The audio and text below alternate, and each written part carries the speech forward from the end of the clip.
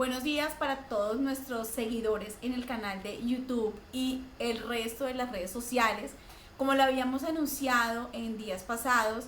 desde Yuri Service hicimos un análisis al anexo técnico del decreto 1122 del 2024 emitido por la Secretaría de Transparencia, en la que pues regula todo lo concerniente a los programas de transparencia y ética pública. Sin más preámbulo, vamos a dar inicio con la presentación, en la que es importante dejar claro que es una interpretación metodológica que hacemos como expertos en implementación de estos sistemas y programas y como profesionales en la materia. Entonces, gracias a todos los que nos están viendo, a los que nos han solicitado la capacitación frente a esa nueva normativa que las entidades públicas están obligadas a acoger, y vamos a, en este corto espacio, tener una charla muy metodológica de los aspectos fundamentales frente al decreto. Entonces es importante tener en cuenta que la capacitación la vamos a dividir en 4 ejes fundamentales. Entonces vamos a iniciar con una parte que son los antecedentes. Luego vamos a entrar en el tema ya del programa de transparencia y ética pública. Vamos a visualizar cuál es esa metodología que nos trae la Secretaría de Transparencia, y finalmente cuáles son las iniciativas adicionales que se incorporaron u otros temas normativos fundamentales en los programas de transparencia para algunas entidades públicas. Entrados en materia, importante recordar cuáles son los antecedentes que tiene este sistema, y es aquella ley que se expidió en el año 2022, la ley 2195, que se expidió durante el gobierno del presidente Duque, en donde tuvo como objeto recuperar por parte de la ciudadanía, recuperar la confianza en las actuaciones públicas por medio de la implementación de los principios de integridad, legalidad, ética y moralidad. En ese orden, lo que hizo esta ley fue tener por objeto adoptar todas las disposiciones tendientes a prevenir actos de corrupción, a reforzar la articulación y coordinación entre las entidades del Estado y a recuperar los daños ocasionados por dichos actos, promoviendo pues una cultura, como ya se les dijo, de legalidad, integridad y confianza ciudadana. En esta ley se incorporaron aspectos fundamentales como la creación de contralores estudiantiles, y se hizo un llamado importante para que hayan redes de cooperación entre el sector público, el sector académico y el sector privado, no solamente para que haya un intercambio de información y unos reportes de información, sino para que realmente las actuaciones en función de la prestación de una función pública o un servicio público pues sea una actuación basada en relaciones de confianza.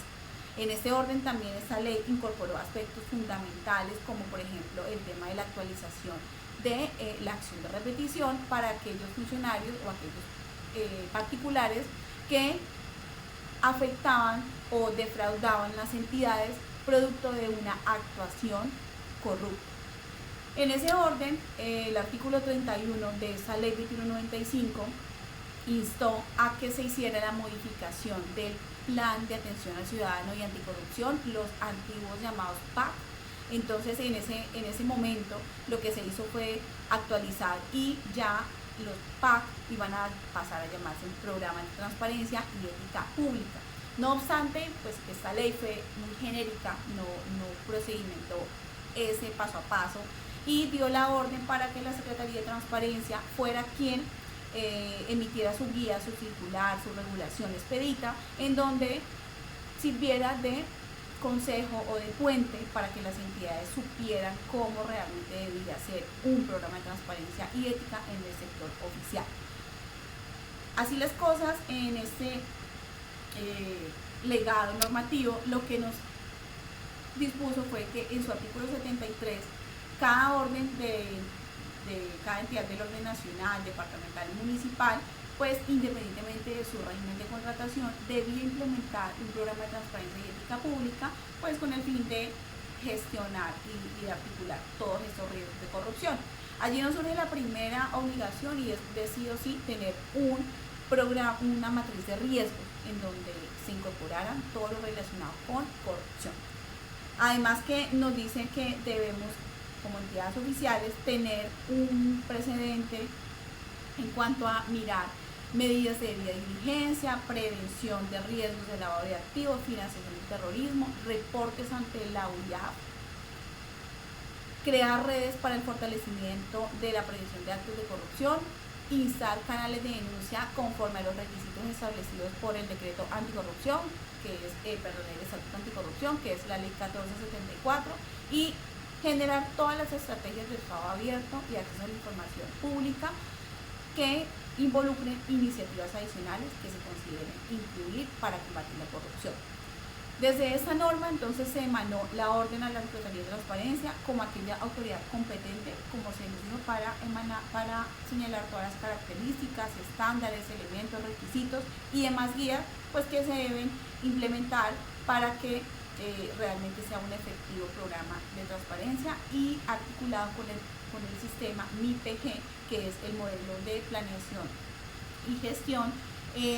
armonizados en las entidades públicas de control interno. Entonces, junto con esas dimensiones ya venimos a conocer qué es el PTEP, que es el Programa de Transparencia y Ética Pública, denominado como el conjunto de acciones que una entidad define e implementa para promover al interior de la organización pues toda una cultura de legalidad e identificar, medir, controlar y monitorear todos los riesgos de corrupción que se presenten en el core de su negocio o de su función o de la misión. ¿Quiénes deben implementar los programas de transparencia y ética pública? Es importante hacer aquí hincapié en que todas las entidades públicas, es decir, que hayan sido creadas por constitución, por ley, por ordenanza, por acuerdo o autorizadas por estas, y aquellas entidades que tengan participación pública en donde se encuentre una función pública, comercial o industrial del Estado, entonces deberán adoptar esos programas. No obstante, el decreto 1122 hace una salvedad muy importante, y es que cuando esas entidades tienen un organismo que las vigila o que ya tienen reglamentado el programa de transparencia y ética empresarial, pues este va a recoger el programa de transparencia y ética pública, es decir, que con ese programa ya también cumplirían con las disposiciones en cuanto a la prevención de los riesgos de corrupción. Y eso es muy importante porque nos han hecho mucho esa pregunta a modo de concepto, en donde no tienen claro algunas entidades que también tienen una vigilancia por la Superintendencia de Sociedades, si ahora deberán cambiar su programa de transparencia y ética empresarial, y la respuesta es muy sencilla y es no. Si ustedes ya tienen ese programa, también ya se ha por entendido que cumplen con este, porque digamos que ese programa es un programa también muy robusto que la Superintendencia de Sociedades ha venido regulando por medio de sus circulares externas.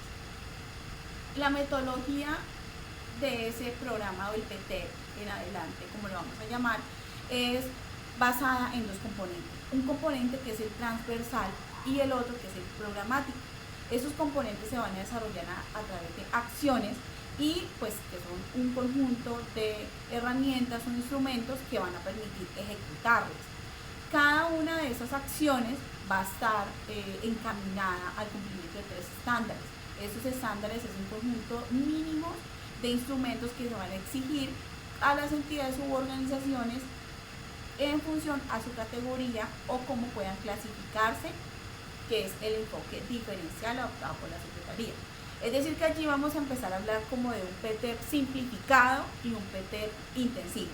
como tenemos en algunos sistemas de prevención de lavado. Este ciclo, el anexo técnico nos habla de un ciclo de 7 etapas en la que se podrá implementar este programa de transparencia. Este ciclo, pues ya más adelante lo vamos a ver, y es un ciclo muy metodológico que nos va a orientar cómo podemos iniciar o cómo las entidades públicas pueden dar ese arranque a la implementación o el cumplimiento de esas disposiciones normativas. ¿Cuáles son los destinatarios llamados a cumplir con este programa? Desde Juriservice lo hemos catalogado en 2 aspectos importantes. Uno, que son aquellos destinatarios internos o que de una u otra manera cumplen una función que los liga de manera contractual o de manera legal con la entidad, es decir, los colaboradores, independientes de su vinculación, funcionarios, empleados, contratistas, proveedores, y los usuarios, que puede ser la ciudadanía en general o clientes, según cómo sea la operación. Y de otro lado tenemos el tema de la supervisión o vigilancia, y vienen todas aquellas entidades de control u autoridades de inspección y vigilancia que ejerzan cualquier tipo de control, así sea un control de tutela. Y cada uno pues va a tener un rol diferente frente a la ejecución de su papel en el programa de transparencia y ética empresarial. Nuestro ciclo. El ciclo nos habla de un sistema de 7 fases, en donde iniciamos con una formulación. Esta formulación me debe decir que hay un documento escrito en donde mi programa de transparencia, y aquí es la primera característica, que es un programa que debe ser escrito, palpable, visible en esa entidad y para los destinatarios, que debe tener una segunda fase de validación, es decir, que cuando tengo mi borrador de mi programa de transparencia, yo debo fijarlo en la sede electrónica de la entidad por un término de 15 días para pasar a la siguiente etapa, y es recibir comentarios de la ciudadanía o de los destinatarios frente a qué debo incluirle o qué le faltaría a mi programa. Una vez tengo esos comentarios y ya finalizado el término de la fijación de ese borrador, pues lo que hago es una fase de consolidación, de análisis de esos comentarios, de verificación si realmente es competente, es pertinente o cumple o no la implementación de esos comentarios. Luego viene una instancia de aprobación, que ya aquí me dice el mismo documento, y es: si hay una instancia directiva más alta, esa es la que tiene que aprobar el documento, o aquellas entidades que son obligadas al comité institucional de gestión y desempeño, pues ese comité es el que deberá aprobar dicho documento. Venimos nuevamente a la publicación. Una vez tengamos el documento en firme, se debe publicar en la sede electrónica. Vamos, lo publicamos y comenzamos con la ejecución. Es decir, aquellas entidades deberán implementar un plan de ejecución, un plan de seguimiento. Algunas entidades son obligadas a tener anualmente un plan de acción. Allí se deberá incluir nuestro plan de seguimiento o ejecución. Y finalmente, una modificación o reformulación. Pues estos sistemas son dinámicos, la sociedad se mueve en unos riesgos de corrupción y soborno o de comisión de delitos de forma dinámica. Todos los días el delincuente tiene nuevas formas de realizar sus conductas ilícitas. Entonces pues también mi programa debe tener controles, riesgos, mediciones, pues que se ajusten a la dinámica de esto. En ese orden pues me da unas fechas y me dice que cada 4 años yo debo reformular, y que una vez al año, dependiendo de la auditoría y de los hallazgos que me haya generado, pues yo también debo modificar y mirar si apetece ese programa de transparencia o no, pues como un nuevo control o un nuevo monitoreo o una nueva actividad. Como tenemos 2 componentes que son fundamentales para la estructura, pues allí vamos a iniciar con el componente transversal, que son todas esas acciones que garantizan la incorporación del programa de transparencia y ética pública en las dinámicas institucionales y en la cultura organizacional. Entonces lo primero que hay que mirar es que nos dice, bueno, vamos a tener una declaración de ese programa, que esa declaración pues es el compromiso de esa instancia máxima y de esa entidad en que va a cumplir con todo lo que ha dispuesto en ese documento. Tengo que fijarme unos objetivos medibles, unos objetivos trazables, unos objetivos que realmente sean de alcance. Y yo siempre les doy el consejo, y es que esos objetivos se deben mirar en la materialización de riesgos que haya tenido la entidad, para saber si podemos. Hay que mirar el índice de percepción de la corrupción, en qué país estamos y dónde estamos situados, para saber si ese objetivo realmente es un objetivo con un plazo cierto y si es alcanzable. ¿Cuál es el alcance de ese documento? Hay que dejarlo allí por escrito, es decir, quiénes son los actores relevantes y cuál es su rol frente al cumplimiento de esas actividades o de ese objetivo. Una planeación, pues que ya me va a identificar todas las acciones, todas las herramientas, las instrucciones que debo desarrollar, durante cuánto tiempo. La supervisión, el monitoreo y la administración ya es como todo el tema de quién me va a supervisar, cómo lo voy a monitorear y cada cuánto o quién me va a administrar mi sistema. Es importante dejar ahí el rol de la persona que va a administrar. Todos los reportes que ya más adelante vamos a ver que comprende el reporte, que es un informe de evaluación que debe presentar el supervisor y quien hace la administración del sistema. Y la formación y comunicación, el anexo técnico me habla de mínimo 2 veces al año y me sugiere unas fechas, que es la fecha de la conmemoración de la lucha nacional contra la corrupción o aquellas semanas de integridad o semanas de transparencia que algunas entidades oficiales hacen. Es importante esas actividades de afianzamiento de manera lúdica, porque así la información se transmite de una manera metodológicamente que quede en el conocimiento de cada uno de los destinatarios. La última etapa para el componente transversal, pues ya es una etapa de auditoría y mejora que hace que mi sistema cada día esté aportando realmente a esa eficiencia de la planeación estratégica de la entidad pública. El informe de evaluación, como les decía, hay unos reportes que se deben hacer por parte del responsable y por parte del administrador del programa, y uno de ellos pues es este, que debe contener mínimo estos aspectos que ven en la pantalla. Entonces, ¿cuáles fueron los avances del plan de ejecución y monitoreo? ¿Cuáles fueron esos hallazgos o no conformidades o incumplimientos que se identificaron dentro del periodo para el cual elaboré el informe de evaluación? ¿Cuáles son las acciones de mejora que voy a empezar a implementar porque me generaron unas no conformidades? ¿Cómo va a estar planteada a cumplirse esas acciones de mejora? Unas propuestas de modificaciones de acciones o de reformulación, y allí hablamos de una visión estratégica, de una visión de corto, mediano y largo plazo, y en todo caso pues deberán surgir oportunidades o recomendaciones innovadoras que estén acorde al desarrollo normativo, que estén acorde al desarrollo estratégico que actualmente es en el mercado para que esa entidad, porque recordemos que las entidades oficiales, más allá de prestar también una función pública, pues deben ser rentables en su actuar, deben ser eficientes en su planeación estratégica. Luego nos vamos a el componente programático, que es ya cuáles son los ejes temáticos que deben incluir ese componente transversal. Entonces allí nos hablan de 10 acciones agrupadas en 4 temáticas. Entonces la primera temática es la administración de riesgos, luego nos vienen a hablar de redes y articulación, modelo de estado abierto y finalmente unas iniciativas adicionales. Pero allí es importante hacer una pausa y mirar que este anexo técnico y la metodología que ha implementado la Secretaría de Transparencia, por parte de la empresa, es una gestión que se aplaude muchísimo, porque por fin pudimos tener como una guía orientadora de qué deben implementar las entidades a nivel nacional, a nivel territorial, y es precisamente buscando que esas entidades pues no todas tienen la misma destinación de recursos para implementar esos programas. Y si bien estos programas son programas que no generan mucha destinación de recursos por parte de las entidades, es más el beneficio que les proyecta, pues sí requieren que haya una mirada hacia el presupuesto de la entidad. En ese orden, entonces, se ha clasificado la metodología de aplicación en 3 estándares. Tenemos el primer estándar, que es el estándar básico, que sí o sí todas las entidades tienen que cumplir, y que es,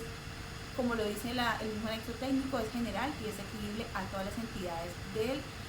obligadas al programa de transparencia y ética pública. Tenemos luego el estándar 2, que es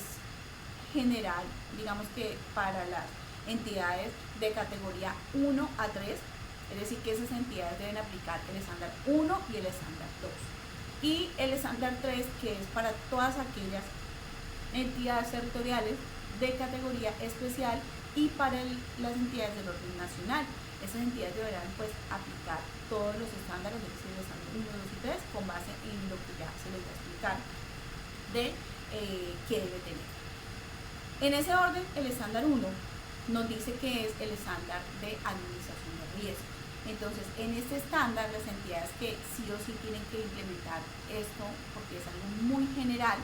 hay 4 aspectos fundamentales. Lo primero es que deben tener una política de gestión de riesgos de la integridad pública, y esta política de integridad pública pues tiene unos temas específicos, como por ejemplo la prevención de la corrupción, el fraude, el soborno, y también regular el tema de los conflictos de interés.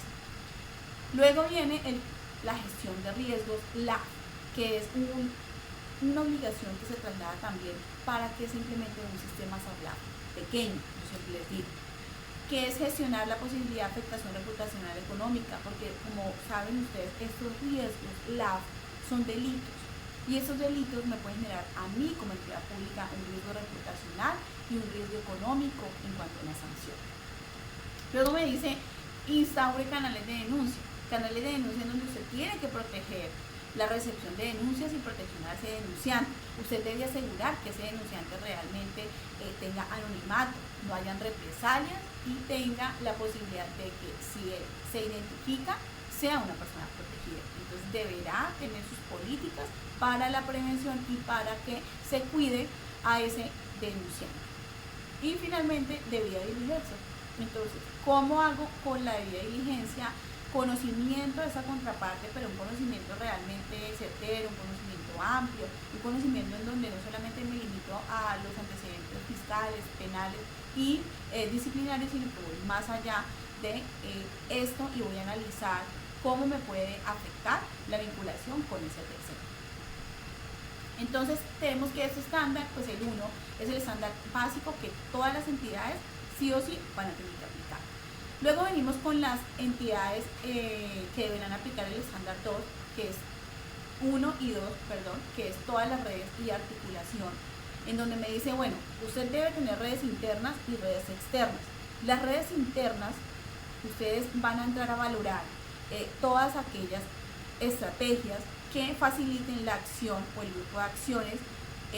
necesarios para su entidad y para que el programa se cumpla. Entonces ya viene todo lo que es, si usted tiene que crear un comité de auditoría, un comité de seguimiento, pues tiene que crearlo y va a empezar a documentar lo que deja allí. Y luego ya vienen las redes externas, que son todas aquellas entidades que tienen un sistema, por ejemplo, vinculación con el Sistema Nacional de Rendición de Cuentas o el Sistema Nacional de Integridad, jefes adscritos de control interno a la red anticorrupción. Finalmente tenemos el estado abierto, que es lo que todas las entidades públicas deberán cumplir del orden nacional y de carácter especial, que deberán también adicionarlo, es decir, tener unas políticas de acceso a la información pública transparente, es decir, el cumplimiento de la ley 1712, tener una integridad pública y cultura de legalidad y tener un diálogo y corresponsabilidad. Es decir, hay que tener una transparencia activa y pasiva correctamente en mi sede electrónica, tengo que tener instrumentos de gestión de la información, debo cumplir sí o no con el código de integridad o adoptar un código de ética y tener un sistema de rendición de cuentas en donde yo informe cómo mi gestión pública está siendo tan transparente y abierta de modo tal que la entidad va a comunicar a la ciudadanía en general cuál ha sido su gestión de gobierno. Y finalmente, algunas iniciativas adicionales en donde me dicen, bueno, las entidades priorizadas por estrategia anticorrupción asociada al narcotráfico o aquellas involucradas en diferentes iniciativas de la lucha contra la corrupción de delitos medioambientales, pues también deberán incluirlo dentro de su programa de transparencia. Aquellas entidades que están obligadas al tema de conflictos, al tema de paz y todas aquellas iniciativas dentro del marco del desarrollo de las estrategias que permitan territorios y prevención de conflictos, pues deberán también incluir eso en su programa de transparencia y ética empresarial. Finalmente, recordemos que estos programas, pues como ya lo hemos dicho, lo que hicieron fue recoger o reemplazar el PAC, que incluía pues todos esos temas de participación de la ciudadanía con la gestión pública, los temas de racionalización de trámites, y pues lo que se hace es que realmente sea un programa de transparencia empresarial robusto, articulado, con el propósito de contribuir a la legalidad, a la transparencia, a la gestión del riesgo y basado con